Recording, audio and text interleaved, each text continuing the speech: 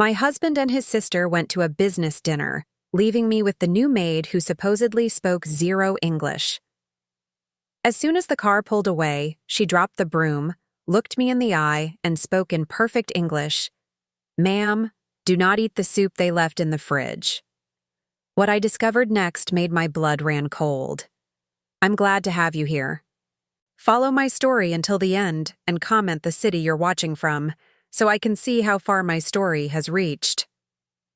The grandfather clock in our foyer chimed 7 times as I watched Conrad adjust his tie in the hallway mirror. 35 years of marriage, and I still felt that familiar flutter when he dressed for important occasions.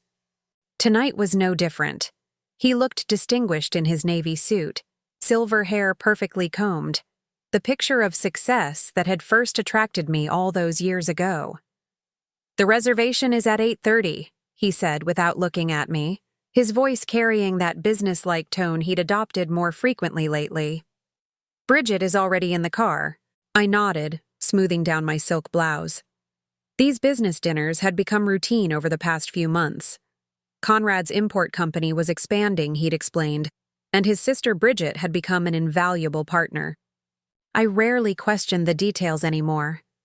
Financial matters had always been Conrad's domain, and at 61, I'd grown comfortable letting him handle such complexities. Through the window, I could see Bridget's silhouette in the passenger seat of Conrad's Mercedes. Even from a distance, I could sense her impatience in the way she checked her watch. My sister-in-law had never been particularly warm toward me, but lately, her cold efficiency felt more pronounced. She spoke to me in clipped sentences, always seeming to calculate something behind her pale blue eyes. "Don't wait up," Conrad added, slipping his phone into his jacket pocket. "These discussions tend to run late." "Of course." The words came automatically. I'd been saying them for months now, these mysterious business dinners that excluded me entirely. Part of me wondered why I was never invited, but asking felt petty. Conrad worked so hard to provide for us, to maintain the beautiful life we'd built in our Magnolia Drive mansion. The front door closed with a soft click, followed by the purr of the Mercedes engine fading into the distance. Suddenly, our sprawling home felt enormous and empty. The tick-tock of the grandfather clock seemed louder now, echoing through rooms filled with antique furniture and family photographs spanning decades of what I'd believed was a happy marriage. I made my way to the kitchen, thinking I might prepare some tea before settling in with a book. The Italian marble countertops gleamed under the pendant lights, and everything was in its proper place, exactly how our housekeeper Jessa had left it before retiring to her quarters above the garage. Jessa had been with us for only 2 months, but she'd proven invaluable. A quiet woman in her 40s with kind dark eyes and calloused hands that spoke of hard work. She'd come highly recommended by an agency Bridget had suggested. Her English was practically non-existent, or so we'd believed, but she communicated through gestures, and her work spoke volumes. The house had never been cleaner. Meals appeared as if by magic, and she moved through our home like a gentle ghost, never intrusive, always helpful.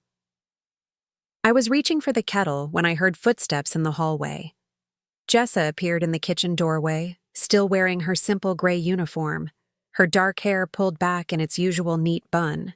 She carried a dust cloth, though I noticed she wasn't actually cleaning anything.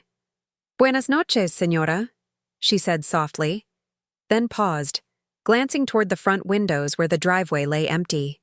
I smiled at her. "Good evening, Jessa. You can rest now. They've gone to their dinner." She nodded, but instead of leaving, she remained in the doorway, shifting her weight from foot to foot. Something in her posture seemed different tonight. Less submissive, more alert. Her eyes kept darting to the windows, as if ensuring we were truly alone. Then she did something that made my blood turn cold. She set down her dust cloth on the kitchen island, looked directly into my eyes, and spoke in perfect, unaccented English. "Ma'am, do not eat the soup they left in the refrigerator." The kettle slipped from my hands, clattering against the marble countertop. I stared at her, my mind struggling to process what had just happened. The quiet, non-English speaking housekeeper I'd known for 2 months had just delivered a warning in flawless American English. What did you just say? My voice came out as barely a whisper. Jessa stepped closer, her expression serious but not unkind. Mrs. Whitmore, I need you to listen to me carefully. My name is Jessa Martinez, and I speak English perfectly. I've been pretending not to understand for the past 2 months because I was hired to spy on you. The room seemed to tilt. I gripped the edge of the counter to steady myself, my heart hammering against my ribs. Spy on me? I don't understand. Your sister-in-law, Bridget, hired me through an agency. But not the kind of agency you think. Jessa's voice was calm but urgent. She paid me $800 a week to report everything you did, everything you said, every detail of your daily routine. She wanted to know about your habits, your health, your mental state. I felt the blood drain from my face. That's impossible. Bridget recommended you, yes, but she wouldn't. She's family. Ma'am, please sit down. Jessa gestured to one of the bar stools at the kitchen island. What I'm about to tell you is going to be difficult to hear. I remained standing, my legs feeling unsteady, but my spine straight.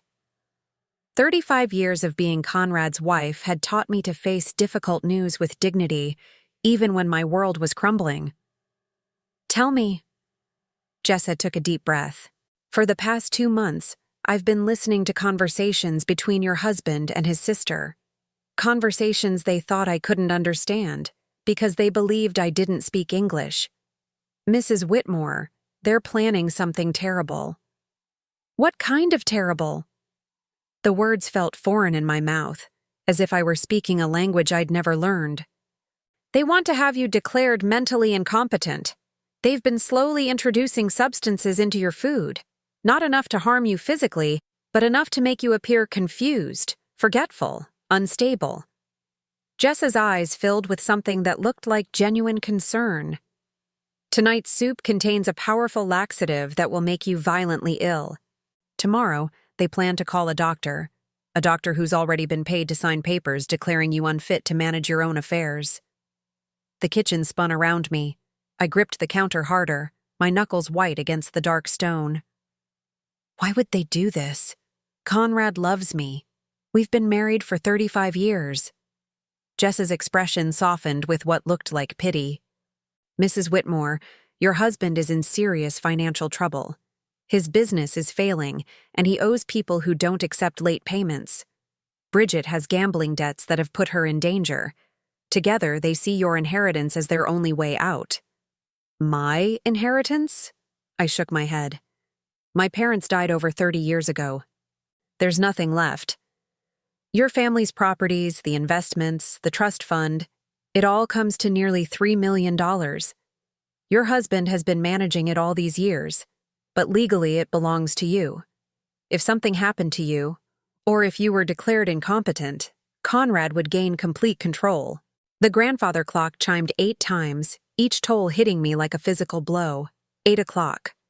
They'd been gone for 30 minutes. How long did I have before they returned? How long had I been living in this elaborate lie? Why are you telling me this? I finally managed to ask. If Bridget hired you to spy on me, why betray her now? Jessa looked down at her hands, then back up at me. Because I've watched you for 2 months, Mrs. Whitmore. You're kind to everyone. You treat me with respect, even though you think I can't understand you. You leave me little notes with drawings when you want something done, and you always say please and thank you, even though you don't think I understand the words. She paused, her voice growing stronger. But more than that, I've seen how they treat you, the way your husband dismisses your opinions, how your sister-in-law rolls her eyes when you speak, the way they've slowly isolated you from friends, convinced you that you're not capable of understanding complicated matters. What they're doing isn't just about money, it's about power, and I won't be part of destroying a good person.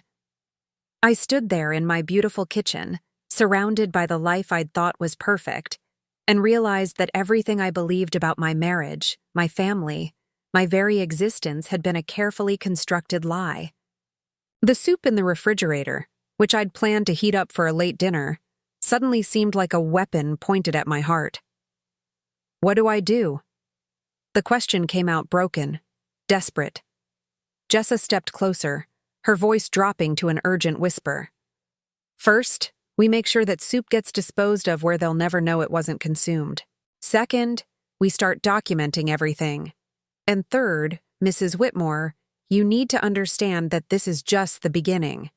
What I've told you tonight is only part of what they've been planning. The sound of gravel crunching in the driveway made us both freeze.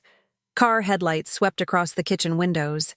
They're back, Jessa whispered, immediately switching back to her subservient posture. Act normal. Don't let them suspect anything has changed. As I heard the familiar sound of Conrad's key in the front door, I realized that my entire life had just shifted on its axis. The man I'd loved and trusted for 35 years, the sister-in-law I'd tolerated and tried to please, they weren't just strangers, they were my enemies. How was the restaurant? I asked Conrad as he hung his coat in the hallway closet, my voice surprisingly steady considering my hands were trembling beneath the kitchen island where he couldn't see them. Fine, he replied without elaboration, loosening his tie. Productive meeting. You should get some rest, Antoinette. You look tired. Bridget swept past him into the living room, her heels clicking against the marble floor. Long day tomorrow, she added over her shoulder. Conrad mentioned you might want to see Dr. Harrison about those memory issues we discussed. Memory issues? My heart skipped a beat. I hadn't mentioned any memory problems to either of them. I'm feeling fine, actually. Of course you are, dear. Conrad's tone was patronizing in a way I'd never noticed before, or perhaps I'd simply accepted it as normal. But prevention is better than cure, don't you think? They exchanged a look that lasted just a fraction too long. In the past, I would have dismissed it as sibling communication. Now, it felt loaded with meaning I was only beginning to understand. I think I'll have some of that mushroom soup before bed, Conrad said, heading toward the kitchen. Long day tomorrow, and I need something settling for my stomach. Actually, I said quickly, I finished it earlier. I was hungrier than I thought. Another look passed between them, this one sharper. Bridget's perfectly manicured eyebrows drew together in the faintest frown. All of it? Conrad asked. There was nearly a full container. I heated it twice. You know how I am when I'm nervous about being alone. I forced a laugh that sounded hollow even to my ears. I suppose I'll feel it tomorrow. Conrad's expression relaxed into what I now recognized as satisfaction. Well, make sure you stay hydrated. Food poisoning can be quite dehydrating. Food poisoning. The casual way he said it made my stomach turn. They were expecting me to be violently ill tomorrow, had probably already scheduled the doctor's visit around my anticipated suffering. I think I'll turn in now, I said, moving toward the stairs. Good night.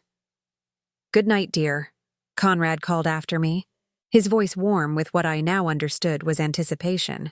I made it to my bedroom and closed the door before my legs gave out. I sank onto the edge of my bed, still wearing the silk blouse and pearls I'd put on hours ago when my biggest concern was whether Conrad would notice I'd had my hair done. Now those worries seemed laughably trivial compared to the realization that my husband and sister-in-law were actively plotting against me. A soft knock on my door made me freeze. Mrs. Whitmore? Jessa's voice, back to the hesitant, accented English she'd perfected. I brought fresh towels. Come in. Jessa entered with an armload of towels that were clearly just a prop. She moved to my ensuite bathroom, and I heard the soft sound of linens being arranged. When she emerged, she gestured toward the bathroom and mouthed silently, "Talk in there. Water running." I followed her into the marble-lined space that had always been my sanctuary. Jessa turned on the taps in both the sink and the large soaking tub, creating enough white noise to mask our conversation. They bought it, she whispered, about the soup. But now we have a bigger problem. I heard them talking after they came back. What did they say? They've moved up their timeline. Dr. Harrison, The doctor they've bribed. He's coming here tomorrow afternoon. They're going to tell him you've been acting erratically, forgetting things, having episodes. When he examines you and you're not sick from the soup they expected, they'll claim you're having a lucid interval but that your condition is degenerative. I gripped the edge of the marble sink. Can they really do that? Have me declared incompetent based on one doctor's opinion? With the right documentation, yes. And Mrs. Whitmore, they have documentation. Bridget has been forging medical records for months. She has a friend who works at a medical records company, someone with gambling debts who needed money. They've created an entire fictional medical history for you. The beautiful bathroom suddenly felt like a cage. The mirrors reflected my pale face from multiple angles, showing me a woman who looked every one of her 61 years and more. Had I really been so blind to what was happening around me? There's something else, Jessa continued, her voice dropping even lower. About why Bridget hired me specifically. What do you mean? I wasn't chosen at random from an agency. Bridget sought me out because of my background. Before I became a housekeeper, I worked for a private investigation firm. I know how to install surveillance equipment, how to copy documents, how to gather evidence without being detected. My knees went weak. Surveillance equipment? In my own home? Small cameras in the common areas, listening devices in your bedroom and study. They've been recording you for weeks, waiting for moments they could take out of context to use against you. A stumble when you got up too fast becomes evidence of neurological problems. Forgetting where you put your reading glasses becomes proof of memory loss. The violation felt worse than anything I'd experienced. Not just the loss of privacy, but the calculating cruelty of it. They'd been watching me like a specimen, cataloging my human moments to use as weapons. But if you know how to do these things, I said slowly, does that mean you can undo them? Yes. And more than that, Mrs. Whitmore, I can turn their own system against them. They hired someone with the skills to destroy you, but those same skills can save you. Hope flickered in my chest for the first time since this nightmare began. What do you mean? Jessa pulled a small device from her pocket, something that looked like a phone charger but felt different when she placed it in my palm. This is a recording device, military grade, undetectable. While they've been recording you, I've been recording them. Every conversation, every phone call, every moment when they thought they were safe. You've been recording everything? For 6 weeks now. I have Bridget admitting to forging medical records, Conrad discussing how to access your bank accounts, both of them planning exactly how to have you institutionalized. I have phone calls with the corrupt doctor, conversations with the medical records forger, even arguments about how to split your inheritance once they have control. The water continued running, a steady white noise that felt like the only stable thing in my shifting world. Why didn't you tell me sooner? Because I needed enough evidence to be absolutely certain we could stop them completely. 1 or 2 recordings could be dismissed or explained away. But what I have now... Jessa's eyes hardened with determination. What I have now will destroy them. What do they think you're reporting to Bridget? Exactly what they want to hear. That you're declining rapidly, becoming confused and forgetful. That you've been talking to yourself, leaving tasks half-finished, showing signs of paranoia and disorientation. I've been feeding them a fictional narrative about your mental deterioration while documenting their real conspiracy. I stared at this woman I'd thought I knew, realizing she'd been protecting me while I remained completely unaware of the danger. Jessa, I have to ask, what's your real motivation in all this? Why risk so much for someone you barely know? She was quiet for a long moment, the sound of running water filling the space between us. When she spoke, her voice carried a pain I hadn't heard before. Because 15 years ago, my mother went through exactly what they're planning for you. My stepfather and his daughter had her declared incompetent and institutionalized. She died in that place 18 months later, alone and branded as mentally ill. I was young and didn't understand the system well enough to stop it. I've carried that guilt every day since. The water blurred as tears filled my eyes. I'm so sorry. When Bridget approached me with this job, describing their plan, it was like watching my worst nightmare play out again. But this time, I have the skills and knowledge to fight back. This time, I can save someone. What happens next? Jessa turned off the taps, and the sudden silence felt profound. Tomorrow, when Dr. Harrison comes, you're going to give the performance of your life. You're going to appear exactly as confused and unstable as they claim you are. And while they think they're winning, we're going to spring our own trap. What kind of trap? The kind that will expose not just Conrad and Bridget, but the corrupt doctor and the medical records forger. A trap that will ensure they face serious criminal charges and can never hurt you or anyone else again. As we prepared to leave the bathroom, Jessa caught my arm gently. Mrs. Whitmore, I need you to understand something. What we're about to do will change everything. Your marriage, your family relationships, probably your entire life. Are you prepared for that? I thought about the 35 years I'd spent trusting Conrad, the careful way I'd tried to earn Bridget's approval, the quiet life I'd built around being a supportive wife to a man who saw me as nothing more than a bank account with a heartbeat. My life has already changed, I said quietly. Now I'm just going to take control of it. But as we stepped back into my bedroom, both of us returning to our practiced roles as lady of the house and subservient housekeeper, I couldn't shake the feeling that tomorrow would bring revelations even more shocking than tonight's discoveries.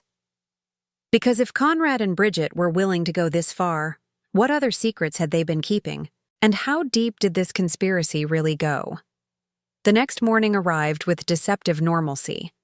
Sunlight streamed through our bedroom's heavy curtains, casting familiar patterns across the Persian rug that had adorned our floor for over 2 decades.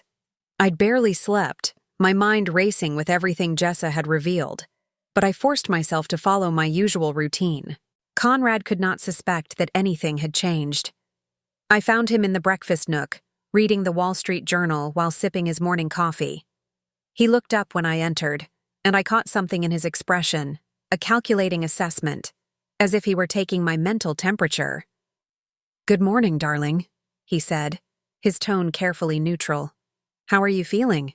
"A bit tired," I replied, which was certainly true. My stomach was upset during the night.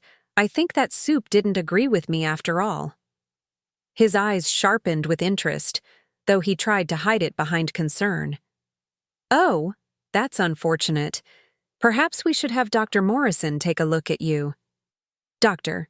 Morrison had been our family physician for 15 years, a kind man who actually cared about his patients.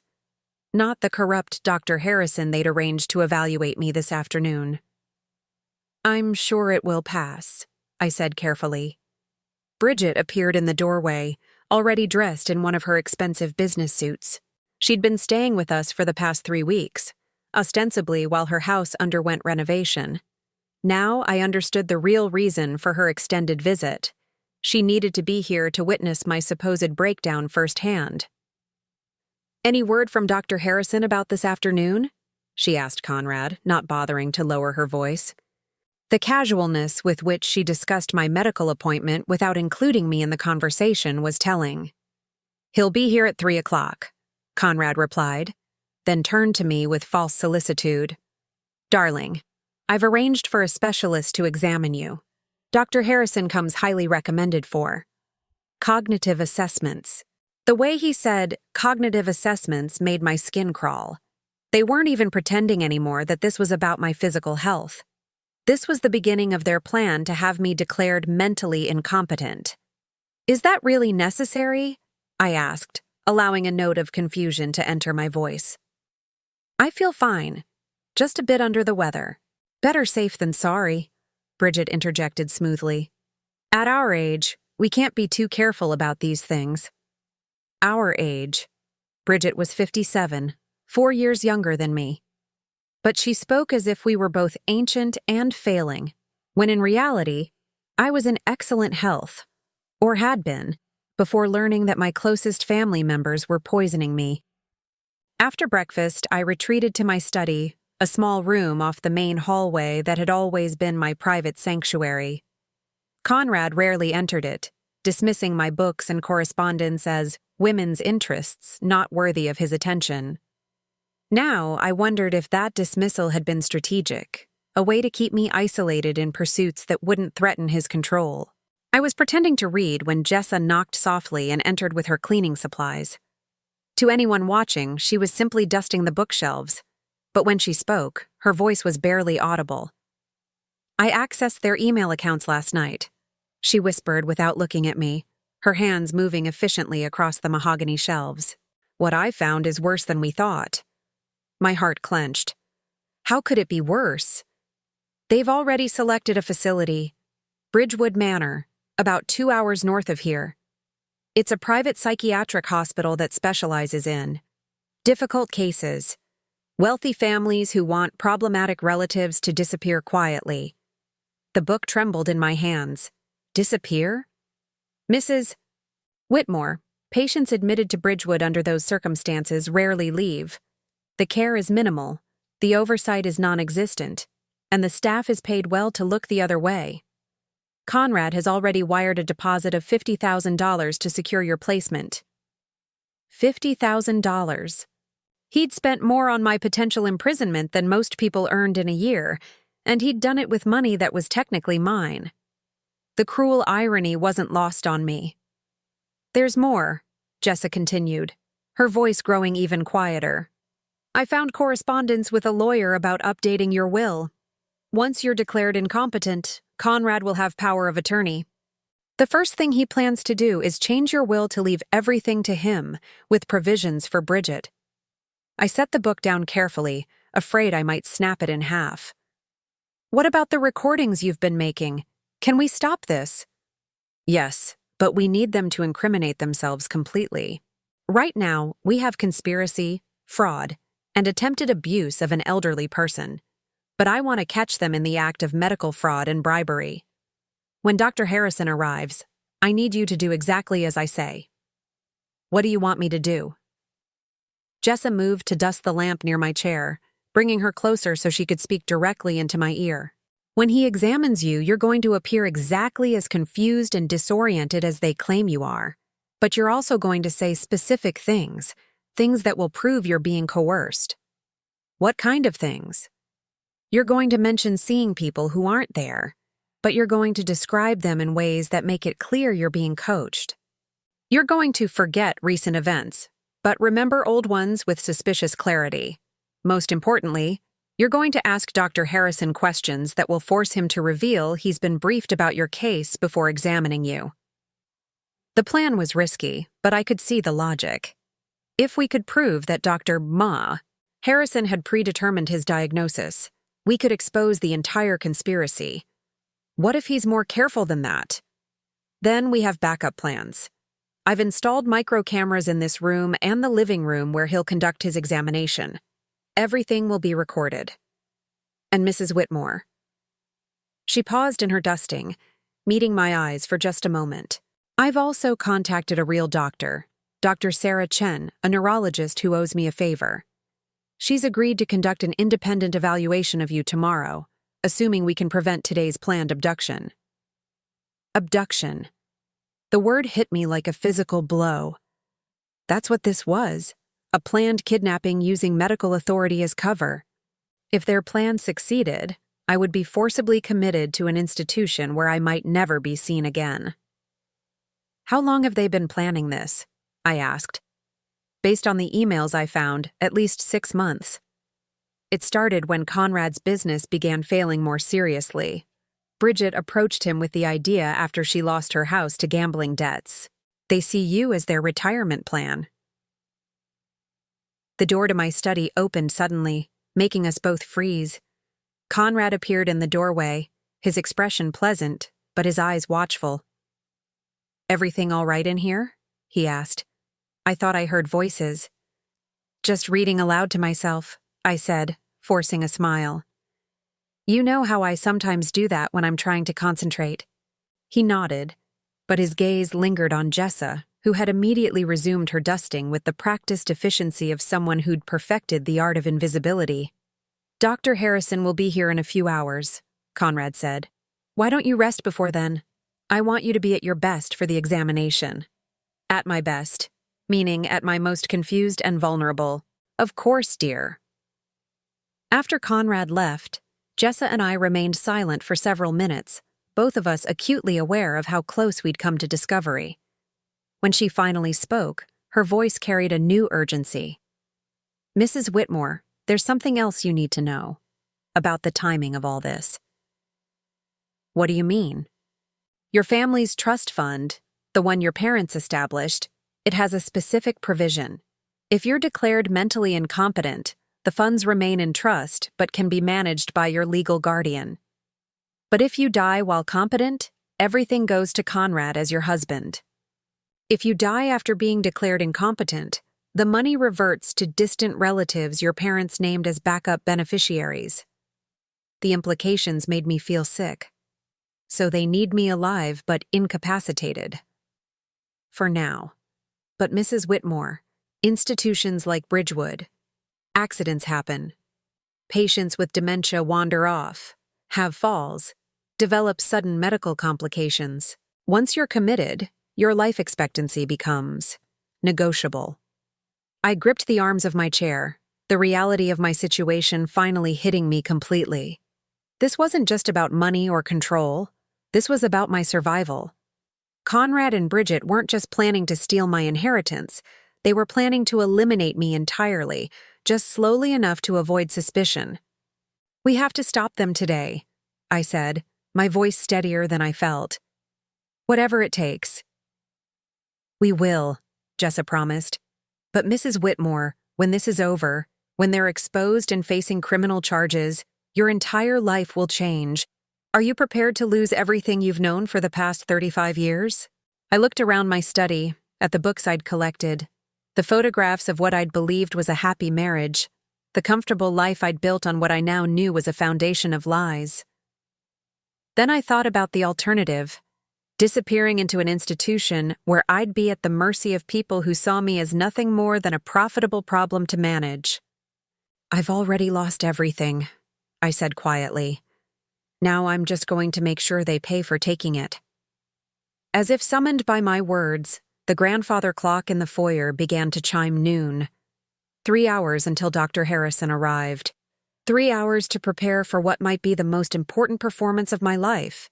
Because if we failed, it might also be my last. At exactly 3 o'clock, Dr. Harrison's black sedan pulled into our circular driveway. I watched from my bedroom window as a tall, thin man in an expensive overcoat emerged, carrying a leather briefcase that looked more suited to a lawyer than a doctor. Even from a distance, something about his demeanor struck me as predatory rather than professional. Conrad greeted him at the front door with the enthusiasm of a man welcoming an old friend, rather than meeting a medical specialist for the first time. Their conversation was animated, punctuated by gestures toward the house's interior and what looked suspiciously like an exchange of documents before they even stepped inside. I made my way downstairs slowly, deliberately appearing more frail than I felt. Jessa had coached me on the subtle signs of cognitive decline that would seem authentic to a casual observer, but obvious as performance to anyone looking closely. The goal was to give Dr. Harrison enough evidence to support his predetermined diagnosis, while creating a record that would later prove the examination was fraudulent. "Antoinette, dear," Conrad called as I entered the living room. "This is Dr. Harrison. He's here to conduct that evaluation we discussed." Dr. Harrison rose from the sofa, extending a manicured hand. He was younger than I'd expected, perhaps 50, with prematurely gray hair and sharp blue eyes that seemed to catalog everything they saw. "Mrs. Whitmore, it's a pleasure to meet you. Your husband has told me so much about you." Already a red flag. A legitimate doctor conducting an independent evaluation wouldn't have discussed my case in detail with my husband beforehand. "Have we met before?" I asked, allowing confusion to color my voice. "You look familiar." "No, Mrs. Whitmore, this is our first meeting," Dr. Harrison replied smoothly. but I caught the quick glance he exchanged with Conrad. Perhaps you're thinking of someone else. Bridget appeared from the kitchen carrying a tea service with the efficiency of a hostess rather than the concern of a family member worried about my health. I thought you might like some refreshment before the examination, she said, setting the tray on the coffee table. I noticed that she'd prepared 4 cups, an interesting choice if this were truly a medical appointment. It suggested that both she and Conrad planned to be present throughout the evaluation, which would be highly unusual for a legitimate psychiatric assessment. Mrs. Whitmore, Dr. Harrison began, pulling out a tablet and stylus. I'd like to start with some simple questions to assess your current cognitive function. Are you comfortable with your husband and sister-in-law present, or would you prefer privacy? Oh, I don't mind, I said, though internally I was pleased that he'd essentially admitted to conducting an improper examination. They've been so worried about me lately. I'm sure they want to hear what you have to say. For the next 20 minutes, Dr. Harrison led me through what appeared to be a standard cognitive assessment. He asked me to remember lists of words, perform simple mathematical calculations, and identify common objects from pictures. I answered correctly, but slowly, occasionally pausing as if struggling to find the right response. But it was what happened between the formal questions that truly revealed the corruption at work. Mrs. Whitmore, Dr. Harrison said during one of these informal moments, your husband mentioned that you've been having episodes of disorientation. Can you tell me about those? I glanced at Conrad with apparent confusion. Episodes? I don't remember any episodes. When did I have episodes? Just last week, dear, Conrad said gently, his voice full of false concern. You forgot how to work the coffee maker. You stood in the kitchen for nearly an hour, just staring at it. This was news to me. I used our coffee maker every morning without difficulty, and no such incident had ever occurred.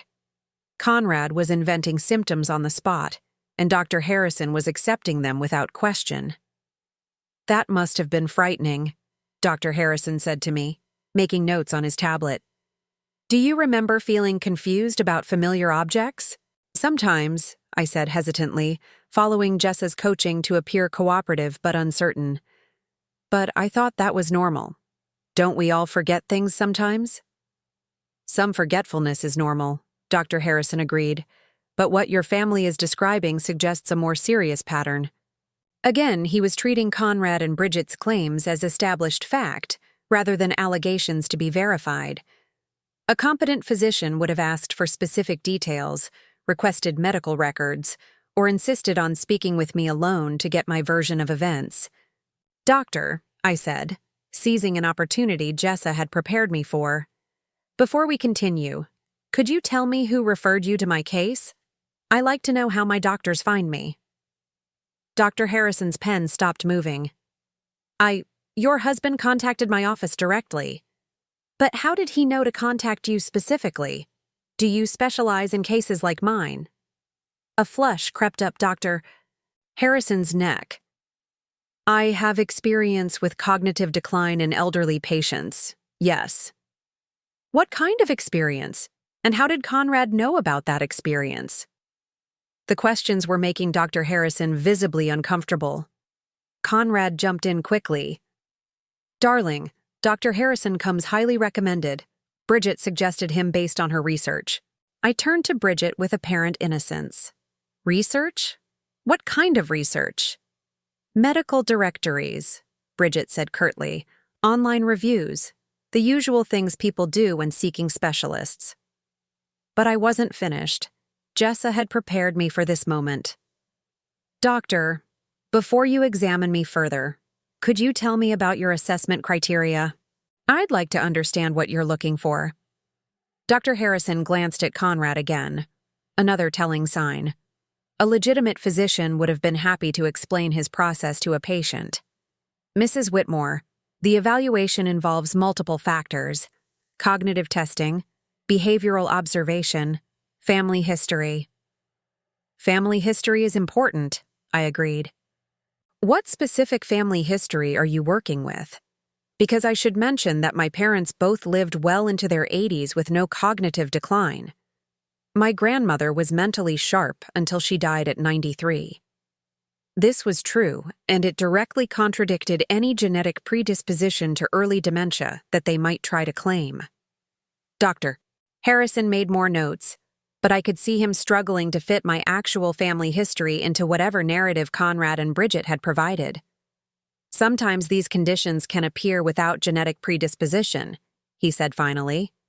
Of course, I replied. But in those cases, wouldn't you want to rule out other causes first?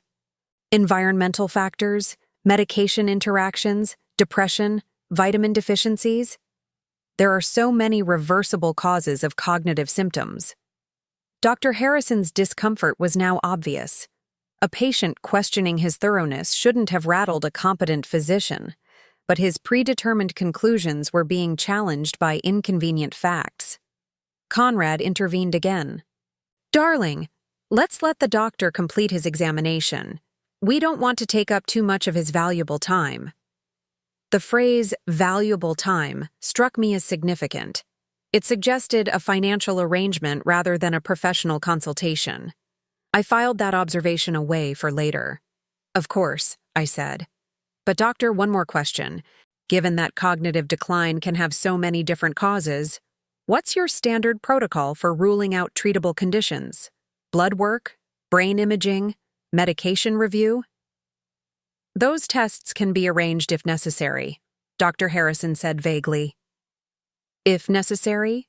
Wouldn't they be necessary before making any definitive diagnosis? The silence that followed was telling. A legitimate physician would have enthusiastically agreed that comprehensive testing was essential. Dr. Harrison's reluctance to commit to proper medical procedures revealed that he had no intention of conducting a thorough evaluation. From my peripheral vision, I saw Jessa enter the room quietly, ostensibly to collect the tea service. But I knew she was positioned to capture everything on her hidden recording devices. Mrs. Whitmore, Dr. Harrison said, clearly eager to move away from procedural questions. Let's continue with the assessment. Can you tell me what year it is? 2023, I replied correctly. And who is the current president? I paused, pretending to think. That would be, oh, what's his name? The one who came after Obama. Mrs. Whitmore, Conrad said gently. Obama left office several years ago. We've had 2 presidents since then. I blinked in apparent confusion. 2? That can't be right. I remember Obama was president just. This was pure theater, but Dr. Harrison seized on it immediately, making vigorous notes. A real physician might have explored whether I was thinking of a different time frame or confused about something specific. Dr. Harrison simply recorded my response as evidence of cognitive decline. Mrs. Whitmore, he continued, can you tell me about your daily routine? Do you manage your own medications, handle your finances, drive a car? Conrad helps me with all of that, I said, which was unfortunately true. Over the years, he had gradually assumed control of every aspect of our lives. He's so much better with numbers and details. And that's been going on for how long? I pretended to think. Oh, years and years. Conrad has always been the smart one in our family. Dr. Harrison nodded approvingly, as if my husband's financial control was evidence of my incapacity rather than a potential red flag for financial abuse. As the examination continued, I began to understand the full scope of the conspiracy. This wasn't just about forging a few documents or bribing one doctor. They had created an entire false narrative about my mental state, complete with fabricated incidents, misrepresented family dynamics, and a predetermined conclusion that would justify my immediate institutionalization. But they had made one critical error. They had underestimated both my intelligence and my determination to survive. As Dr. Harrison prepared to conclude his examination, I knew that the next few minutes would determine whether I spent the rest of my life as a free woman or disappeared into the nightmare of Bridgewood Manor.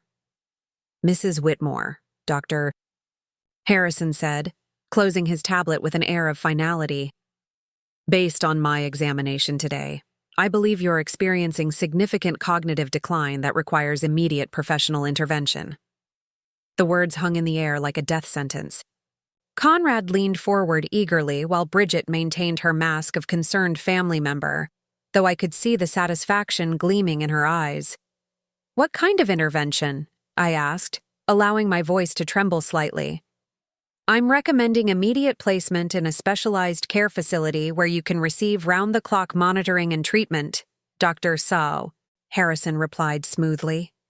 "I've already contacted Bridgewood Manor. They have an opening, and I believe you would benefit from their specialized program." Already contacted. He'd arranged my institutionalization before even conducting his fraudulent examination. The audacity of it was breathtaking. "Today?" I asked with apparent confusion. "But I don't understand. I feel fine. Can't I just take some medicine?" "Mrs. Whitmore," Conrad said gently, taking my hand in his, "the doctor knows best. And this isn't permanent, just until you're feeling better." The lie rolled off his tongue so easily. We all knew that patients admitted to Bridgewood under these circumstances didn't come home. "I've prepared the necessary paperwork, Dr. E." Harrison continued, pulling documents from his briefcase. "With your husband's signature as your medical power of attorney, we can facilitate the transfer this afternoon." "Medical power of attorney?" I blinked in apparent confusion. When did I give Conrad medical power of attorney? An uncomfortable silence fell over the room. Conrad cleared his throat.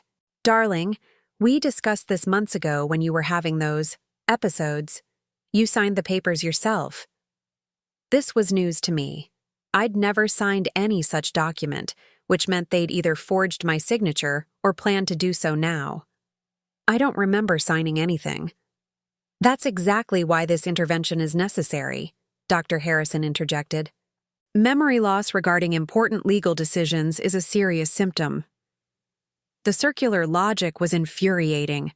My inability to remember something that never happened was being used as proof of my incompetence. But I forced myself to remain in character, appearing confused and vulnerable while inwardly seething at their manipulation.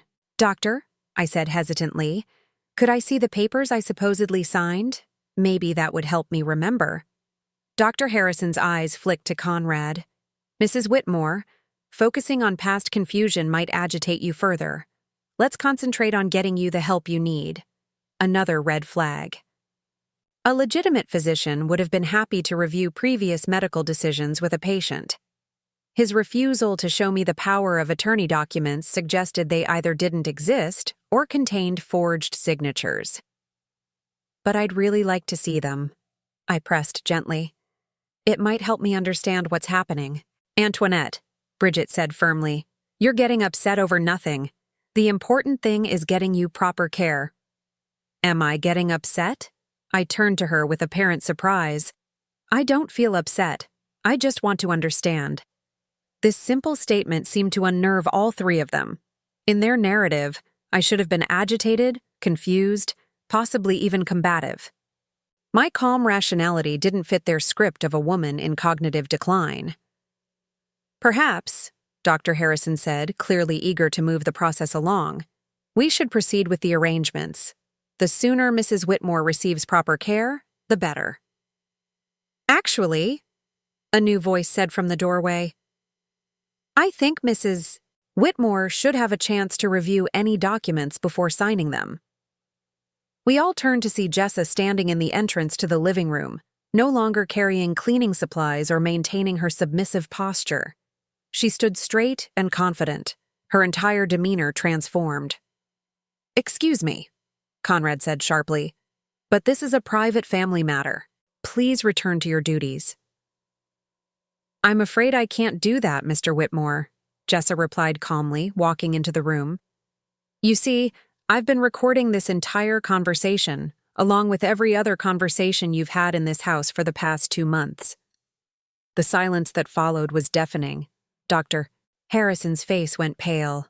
Conrad's mouth fell open, and Bridget actually took a step backward as if she'd been physically struck. "What are you talking about?" Conrad demanded, recovering his voice. You don't even speak English properly. Jessa smiled, and it wasn't the submissive expression they were accustomed to seeing. I speak English perfectly, Mr. Whitmore. I also have degrees in criminal justice and forensic accounting. My name is Jessica Martinez, and I'm a licensed private investigator. She reached into her pocket and pulled out her phone, tapping the screen. Suddenly, Conrad's voice filled the room. The sooner we get her declared incompetent, the sooner we can access the trust fund. $3 million, Bridget. That's enough to solve both our problems. Conrad lunged for the phone, but Jessa stepped smoothly away. That's just one of dozens of recordings I have, Mr. Whitmore. Would you like to hear the one where you discuss bribing Dr. Harrison?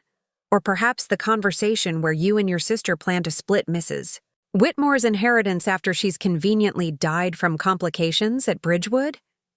Dr. Harrison was already moving toward the door, but Jessa's next words stopped him cold. Dr. Marcus Harrison, license number 479862. You're not going anywhere until the police arrive. Police? Bridget shrieked. You can't call the police. This is a private matter. Conspiracy to commit fraud, elder abuse, forgery of medical documents, and attempted kidnapping are hardly private matters, Jessa replied. Oh, and Dr. Harrison? I should mention that I've already forwarded copies of all my recordings to the State Medical Board. Your license to practice medicine will be revoked by the end of the week. Dr. Harrison's face had gone from pale to gray. This is entrapment. You can't use recordings made without consent.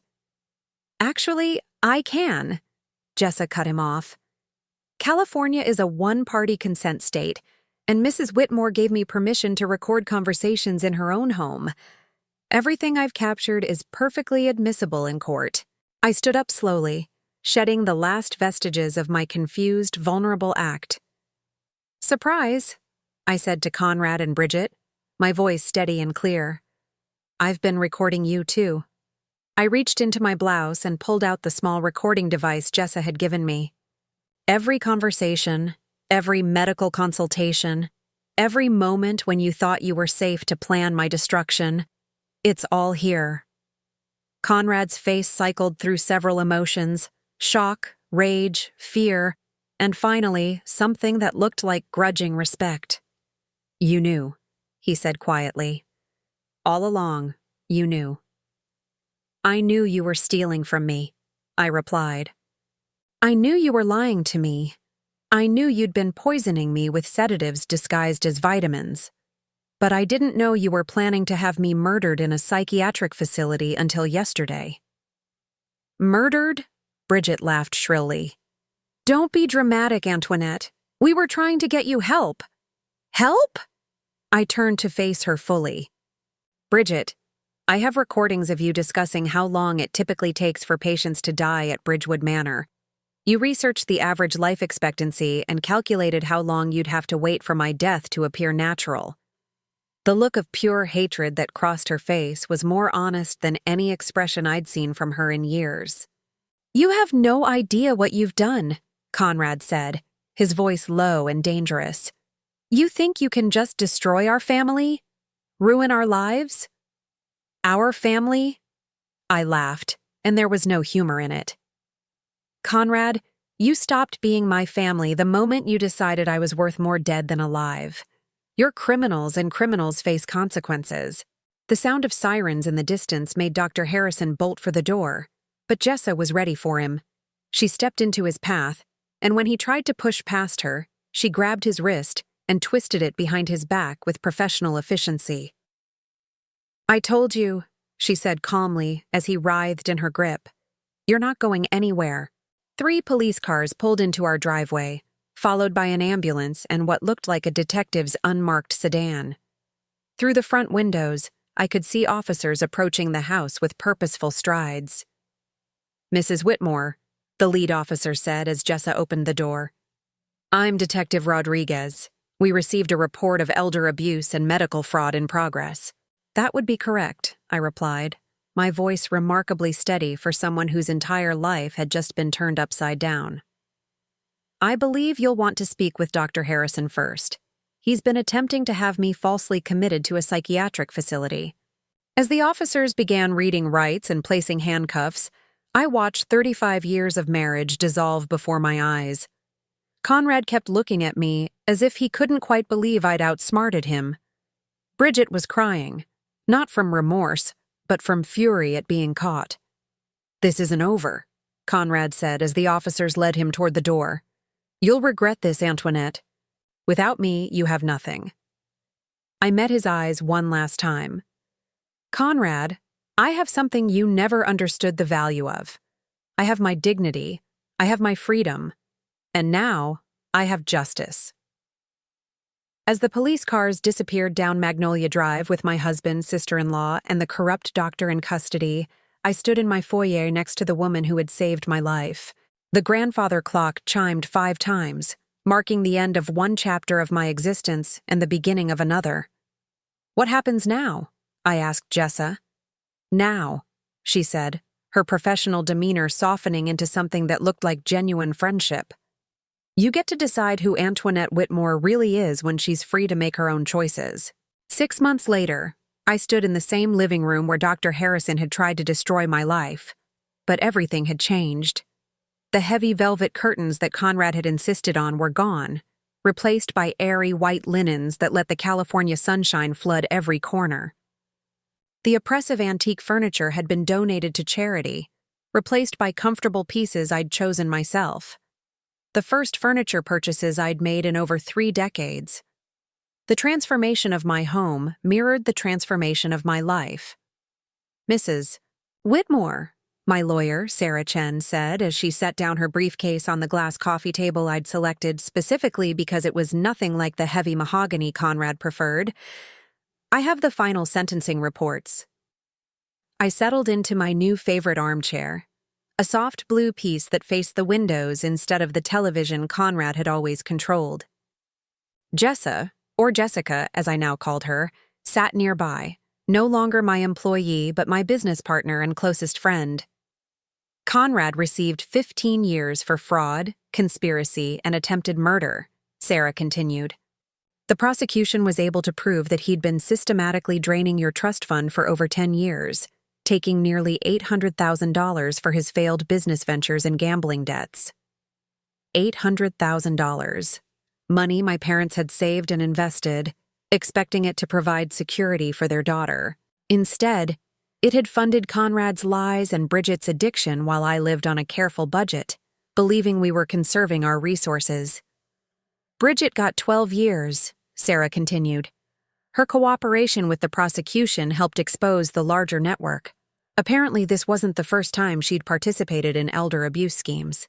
She's been running similar cons on wealthy widows for years, using her social connections to gain access to vulnerable women." I nodded, unsurprised. Bridget's practiced efficiency at manipulation had suggested extensive experience. "And Dr. Harrison?" 20 years, and his medical license is permanently revoked.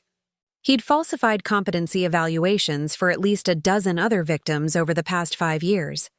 The FBI is still investigating the full scope of his operations. 20 years seemed appropriate for a man who'd perverted the trust that should exist between doctor and patient. His victims included elderly women like me, but also adults with disabilities whose families wanted them institutionalized for convenience, and even some cases involving inheritance disputes where inconvenient relatives needed to disappear. "The civil settlements are finalized as well," Sarah added, pulling out another set of documents. "Between Conrad's hidden assets, Bridget's insurance policies, and the malpractice claims against Dr. Harrison's practice, you'll recover approximately $1.2 million beyond your original inheritance. $1,200,000, compensation for the years of abuse, manipulation, and attempted murder."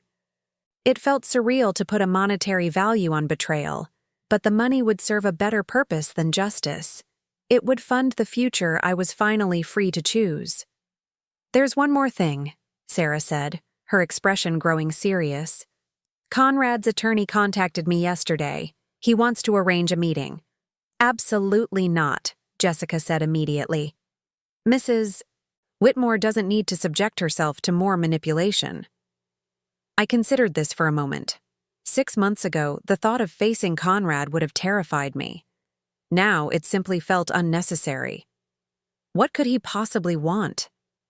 According to his attorney, he wants to apologize. He claims prison has given him perspective on what he did to you. I laughed, a sound that still surprised me with its freedom. Conrad doesn't apologize. He strategizes. He's probably hoping for a reduced sentence or early parole. Tell his attorney that Antoinette Whitmore is too busy living her life to waste time on his regrets. Sarah made notes, smiling at my response. Over the past months, she'd watched me evolve from a victim into someone who refused to be diminished by anyone else's expectations. After Sarah left, Jessica and I sat in comfortable silence, watching the afternoon light play across our transformed space. The woman who'd saved my life had become so much more than I'd ever imagined possible. "I have news," Jessica said finally, pulling out her own set of documents. The Martinez-Whitmore Investigative Agency officially received its license yesterday. Our business, a private investigation firm specializing in elder abuse and financial fraud, was finally official. Jessica's expertise combined with my intimate understanding of how these predators operated would help protect other vulnerable people from what I'd experienced. "Our first case?" I asked. A 73-year-old woman in San Francisco. Her son and daughter-in-law are slowly isolating her and taking control of her finances. The pattern is identical to what Conrad and Bridget did to you. The familiar anger flickered in my chest, but it was no longer helpless rage. It was fuel for action. "When do we start?" "Tomorrow, if you're ready." I looked around my bright, airy living room, at the photographs of my parents that I'd retrieved from storage and displayed prominently for the first time in decades.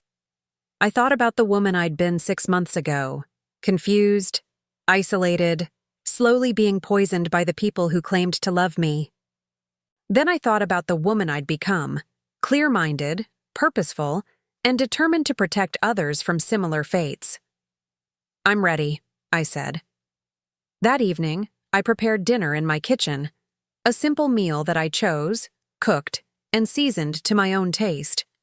No hidden sedatives, no mysterious stomach ailments afterward, just food that nourished rather than controlled. As I set the table for one, I reflected on how much my definition of independence had changed. 6 months ago, I would have seen eating alone as evidence of failure, proof that I'd driven away the people who mattered. Now, I understood it as evidence of choice, the ability to decide how I wanted to spend my time and with whom. The doorbell rang as I was finishing my meal. I opened it to find a delivery driver holding an enormous bouquet of sunflowers, my favorite flower, though Conrad had always insisted roses were more elegant. The card read, "Congratulations on your new business venture. You're going to save so many lives. With love and admiration, Dr. Sarah Chen." Dr. Chen, the neurologist who'd conducted a real evaluation of my cognitive function, proving definitively that I was mentally competent and had never shown any signs of dementia. Her testimony had been crucial in securing Conrad and Bridget's convictions. I arranged the sunflowers in a crystal vase that had been my mother's, placing them on the dining room table where they caught the last rays of afternoon sun. Their bright faces turned toward the light seemed like a metaphor for the direction my life had taken, always reaching for warmth and growth, no longer trapped in shadow. Later that night, I sat in my study, the room that had once been my sanctuary from Conrad's control and was now simply my office. I opened my laptop and began drafting our agency's mission statement, words flowing easily as I described our commitment to protecting vulnerable adults from financial abuse and exploitation. My phone buzzed with a text from Jessica. "Proud to be your partner in this new adventure. Tomorrow we begin saving lives." I smiled and typed back, "Tomorrow we begin living." As I drifted toward sleep, I thought about the 73-year-old woman in San Francisco who didn't yet know that help was coming. Tomorrow, Jessica and I would begin the work of exposing another family's greed and protecting another vulnerable person from the kind of systematic abuse I'd endured. The cycle would end with us, one case at a time, one saved life at a time. Now, I'm curious about you who listened to my story. What would you do if you were in my place? Have you ever been through something similar? Comment below. And meanwhile, I'm leaving on the final screen 2 other stories that are channel favorites, and they will definitely surprise you. Thank you for watching until here.